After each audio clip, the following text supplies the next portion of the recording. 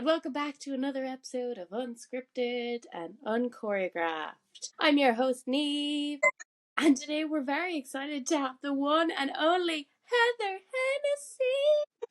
Heather, how did you get into the arts? How did I get into the arts? I got into the arts at the ripe old age of 8, just before the Holy Communion, when my teacher decided to be quite quirky, and instead of doing your typical nativity play for the Christmas show, she said, you know what, we're going to do the Grinch. We're going to do it. We're going to do the Grinch. And then, like a little sociopath that I was, I learned everyone's lines. I learned off that whole script. You best believe I was the Grinch, for the record. Let's get that straight. I was Bill Grinch in the green getup.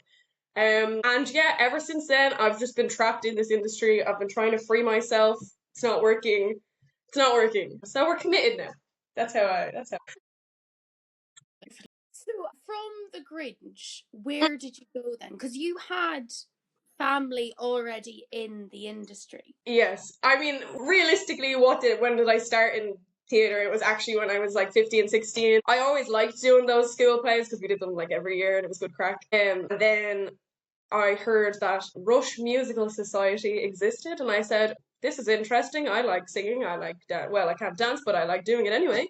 And then I joined with them and I did a play with them, and then from there it just spiraled and joined they had a group called Myth, which is can't remember, Millbank Youth Theatre, something like that.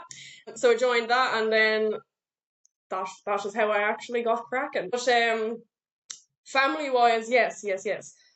I have quite the background there, because I have, on my mother's side, we have the performers. My granddad was an actor and a singer. My nanny was a dancer. You know, they were doing the travelling shows all around the Ireland and all that. And then on the other side, on my dad's side, we had the backstagey type people, the costumers, the Burks costumers or whatever. Yeah. So we have all the backstagey stuff and the onstage stuff. And then this is what you got. You got me. I do lights, I do sound, I do singing, I do dancing. That's me. You're a jack of all trades. Or a master of everything.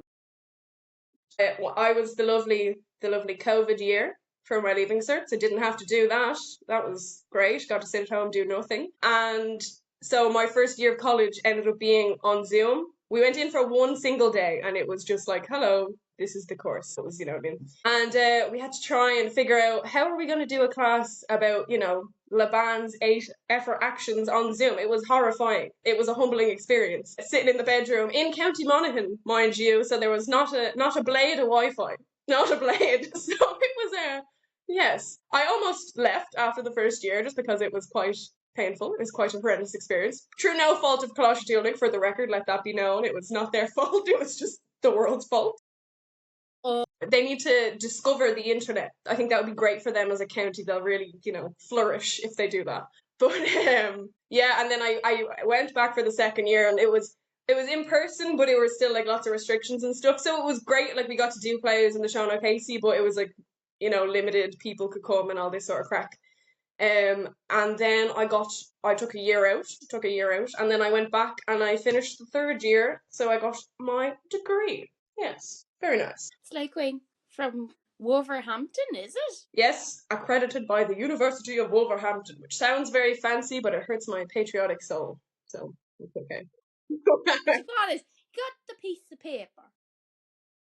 And to go back a tiny bit, Heather, how did you end up in the beautiful, wonderful Monaghan, the land of hills and lakes, of pigs and no Wi-Fi? Yes, well, there is this lovely little thing happening in Dublin, and it has been happening for quite a while. You may have heard of it, called the housing crisis. Let's go, everybody! No one can afford to live anywhere. So my family decided, do you know what?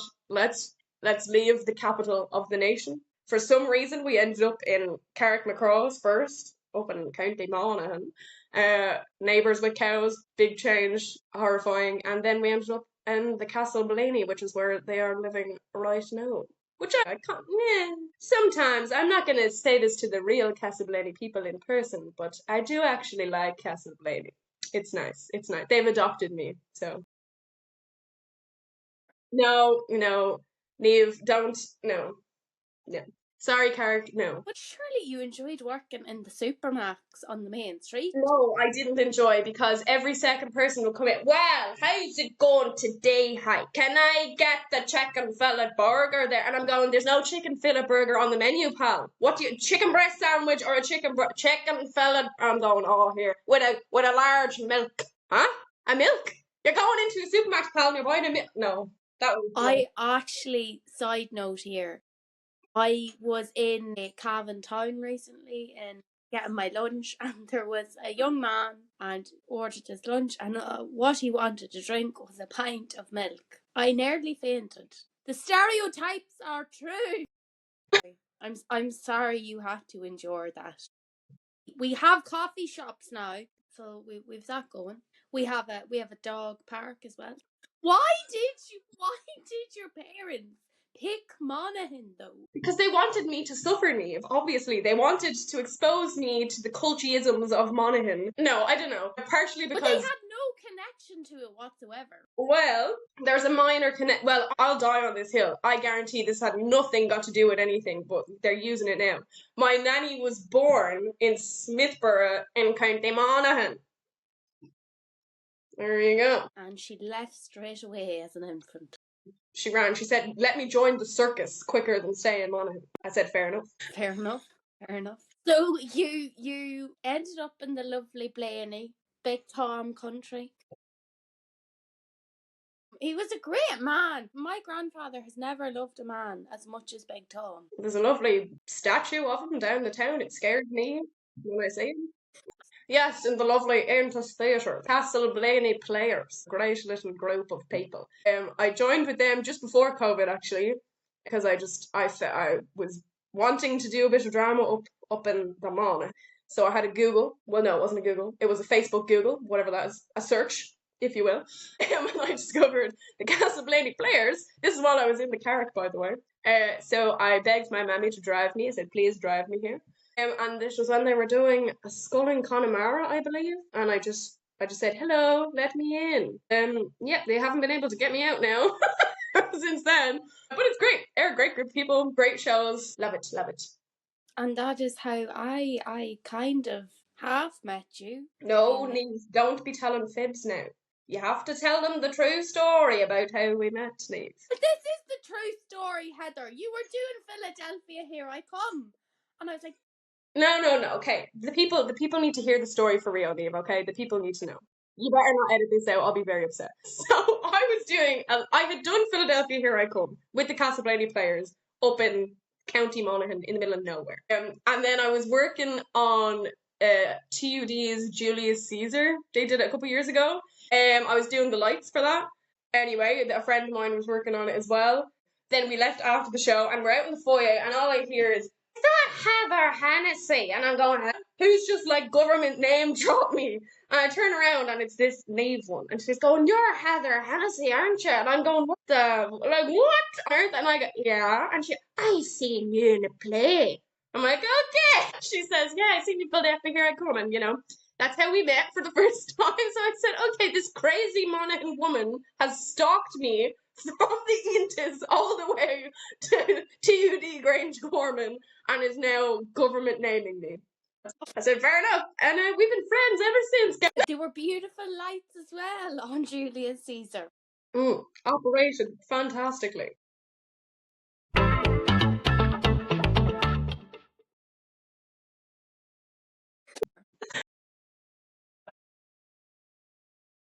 Then I got a call out of the blue one day from a Vinnie McCabe. He will be listening, I'm sure. Hello, Vinnie. And he says, I'm doing a play. I need an operator for the lights and the sounds. And also, by the way, it's in Germany. And I go, oh, hello? I say, what? So anyways, make a long story short, I said yes. And then I went over with them in Germany. It was great. We were there for like 2 weeks. International technician, that's me. And we did the play over there. And then when we came back, there was obviously like a break over the summer and all that. And then when they were doing the play again, the girl who was in the part, she got a different job, life goes on, all these things. So they were like, we need to get someone else in so that we can continue to do this. And since I'm fabulous and amazing, and he came to see our little college play, and also I already knew the script, he says, why don't you have a read of this? And I was very glad. So we did the little read, and he said, yes, we'll go for you. You're in. And that is how I started doing the part of Anna in Bullied by Dublin Touring Theatre, written by Michael J. Harnett. I went from pressing go on the Q Lab to getting bullied. It was great. I'm moving up in the world.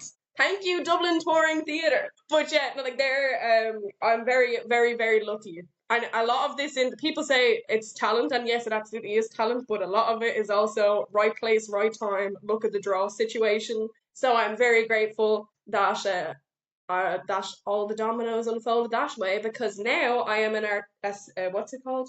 Here we go, butchering my own title here. An artistic, an associate artist. There's a fancier name. It's losing it in my brain, but I'm an associate artist with the Dublin Touring Theatre Company. So that's great. I'm doing lots of work with them recently. And Bullied may be coming back, Heather. You may be getting bullied again. Yes, I have the face for it.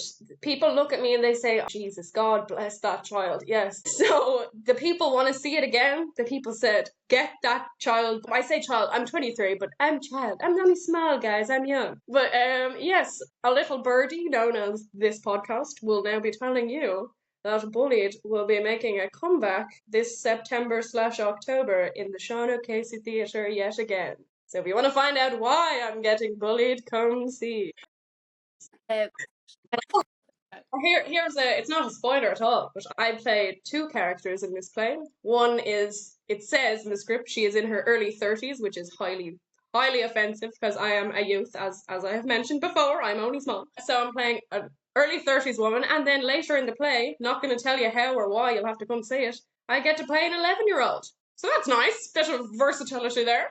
And you were recently doing a very exciting play in the Gate Theatre in Dublin. Yes, indeed. That was with the lovely Dublin Touring Theatre. We were doing a reading of Michael J. Harnett's new play called Tropical Fish in the Tolka.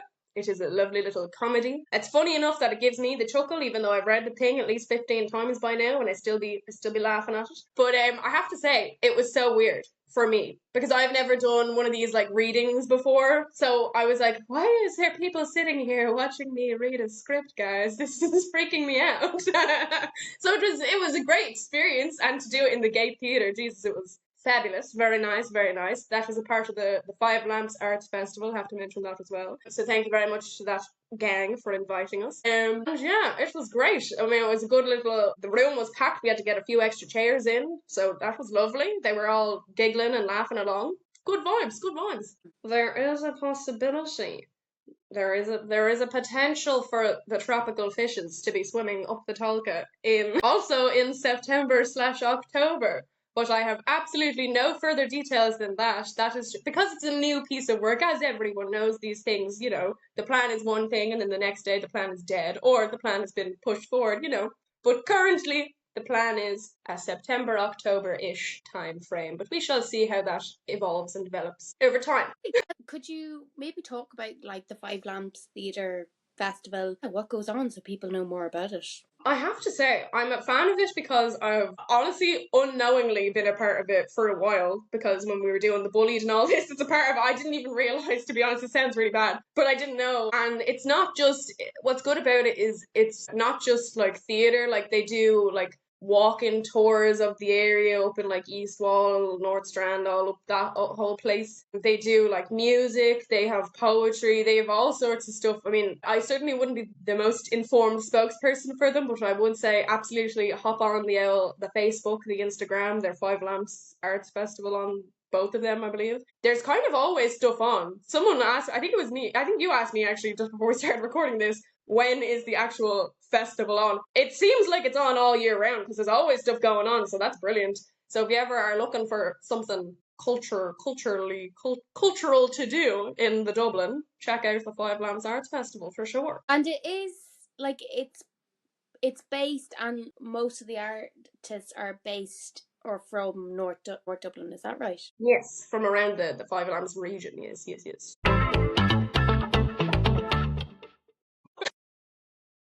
And I was going to ask Heather, because obviously you do both tech, perform, make, kind of a wee bit of everything.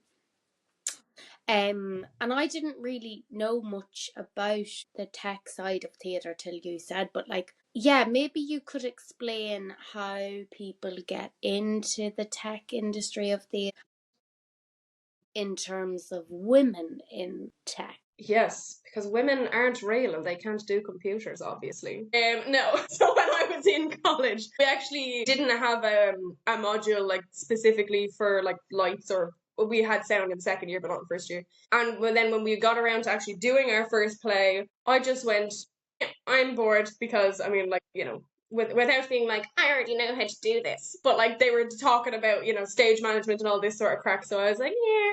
And then I seen the dude who was doing the lights, and I said, "Can I go do that?" And they just said, "Sure." And then next thing I know, he's handed me a lamp, and I'm up the ladder, and I'm scared, my legs are shaking, and yeah, that's how we got going in the lights. That was Connacht White. What a guy, what a man! Taught me everything I know about the lights, and that's literally how I just was like, I want to know how to do this. Will you show me? And he was like, "Yep." Sure, and then I've been doing lighting jobs ever since. As I mentioned before, I went over to Germany because I'm able to do the lights, so that's brilliant. With the sound, I mean, the only sound that I don't claim to be a sound lady, but pressing the old spacebar on the Q Lab, that's nice. That's a handy little job. Like from doing all these jobs, like I know a lot more now. I can do more than just press the spacebar, guys, I promise.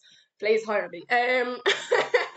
But yeah, I definitely have noticed that there is a severe lacking of the old women in these things, because unfortunately, I have even personally seen in a few places that shall not be named and people that shall not be named.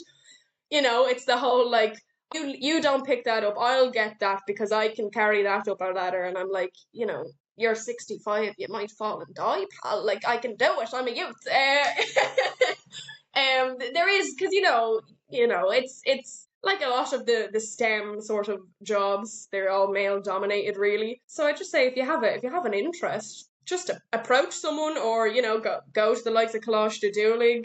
I know that Lear has like a much more intensive just stage management and technical theatre course if you're like only interested in that. I guess this is just becoming another Coláiste Dhúlaigh promo here, but I'm like, if you want a good general gist of everything, like the bit of the performing and the costume and stage management and lights and absolutely go check out the Dhúlaigh. I know that they're changing their course as well. I wouldn't know much about this. They were like, I got a HND and a HNC and that whole style of qualification, and I know they're changing to QQI from September. I don't really know much about that, but if that means anything to you, you can check that out. What advice would you give? I know you've kind of done it with the technical side, but maybe the actor side or performing side. What advice would you give to someone or your younger self?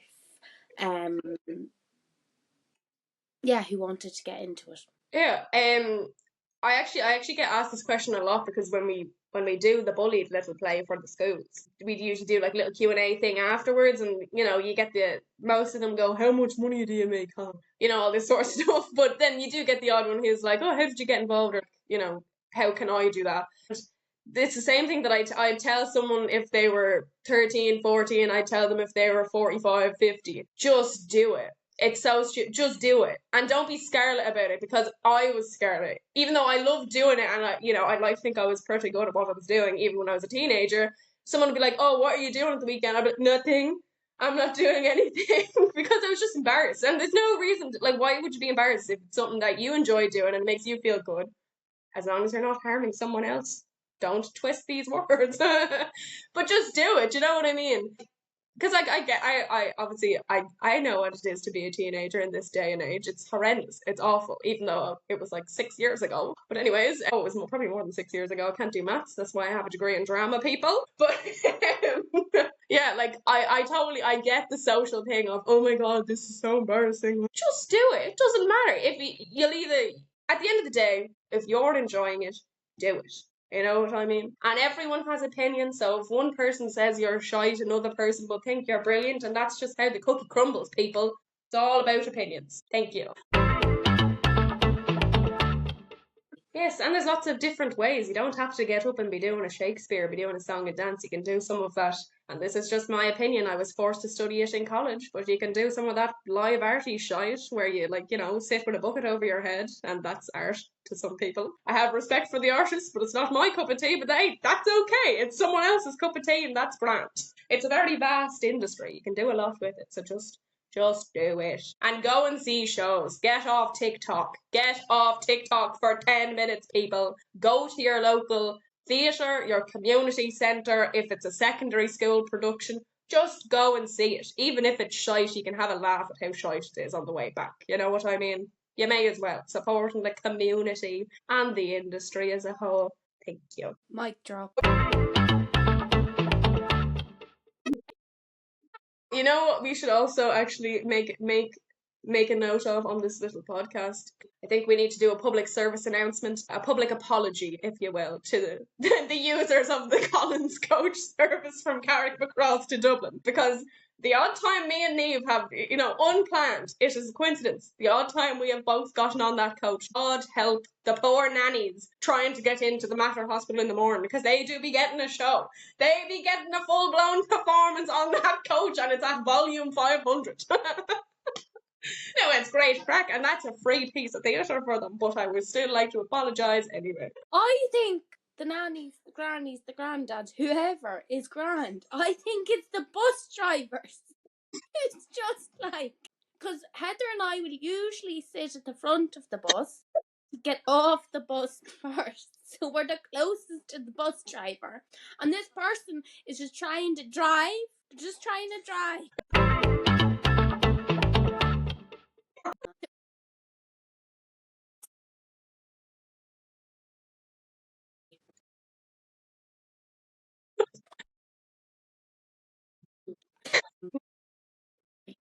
So, Miss Heather Hennessy, if you had a magic wand, if you could transform this beautiful Ireland and give the people what they wanted in the theatre art world, what would it be? Would it be funding, mentoring, programming? What would it be? Yes, but yes, okay. To answer the query, I am not qualified to answer the query. However, I would say from what I have seen, I think it's a funding situation. People aren't putting money into the arts industry anymore because people are sitting at home or watching the Netflix. And then I've noticed anyway, when they come to the plays, since I'm usually sitting up in the little tech box, I can see everyone. You'd swear they were at home watching the Netflix with the bags of crisps coming out, and then people leaning over to each other going, "Did you see that? He's her sister." They're just like, "What? Oh, why are we commentating the play that's happening?" But anyway, I can't tell if it's a good sign that they're bet into the play or they're confused, but sure, look, neither here nor there. I think if the government puts a few more yo-yos, not only just puts a few more quid into the industry, but also disperses the quid amongst lots of different people instead of maybe funneling it all into kind of sort of the one area. I am not an accountant. I don't know how it works, so someone can correct me if they want to. But I think, give smaller theatre companies or smaller groups, give them the bit of money so that they can, push something together so that then they can earn money from doing it and then they can become self-sufficient in this manner. You know what I mean? So I think that's what I'd have to say for this country and the arts. And now I can't stop with the Monaghan accent. I'm from Dublin. Keep telling yourself that, hon. Keep telling yourself that. We have latched our claws into you and we will not be letting you go.